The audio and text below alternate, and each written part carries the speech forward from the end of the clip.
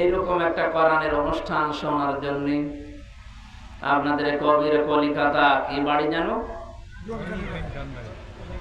আব্দুর রহিম খানের পরিবারের উদ্যোগে এই তাফসীর মাহফিলের আয়োজন।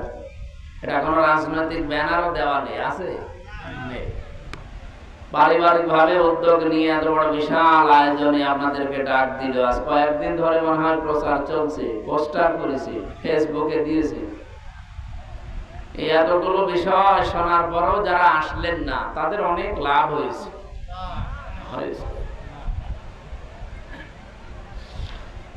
তাদের লাভটা কি আল্লাহ জানিয়েছেন, ইয়াসমাউ আয়াতিল্লাহি তুতলা আলাইহি সুম্মা ইউসিরু মুস্তাকবিরান কাআল্লাম ইয়াসমাআহা ফাবাশশিরহু বিআযাবিন আলীম। সূরা জাসিয়ার ভেতরে এসেছে ৮ নম্বর আয়াতে, হে নবী কোরআনে কারীমের কথা শোনানো হবে, কথা বলতে আসবেন অমুক অমুক আলেম। এই ঘোষণা শোনার পরেও যারা অহংকার করে আসে নাই, নিজেদের বিভিন্ন চিন্তা নিয়ে যারা বিভিন্ন জায়গায় বসে আছে অহংকার করে, এই মানুষগুলোকে আপনি দুইটা সুসংবাদ দেন। ১ নম্বরে ফাবাশশিরহু বিআযাবিন আলীম, তাদের আযাব আমি দেব, কিন্তু ছোটখাটো আযাব না, যন্ত্রণাদায়ক কঠিন আযাব দেব। এই জন্য যারা রাজনৈতিক ট্যাগ দিয়ে আসলেন না, যেন জামাত ইসলামের এমপি আমরা যাব না, আপনি কাজ ভালো করেননি। কি কথা বলেন?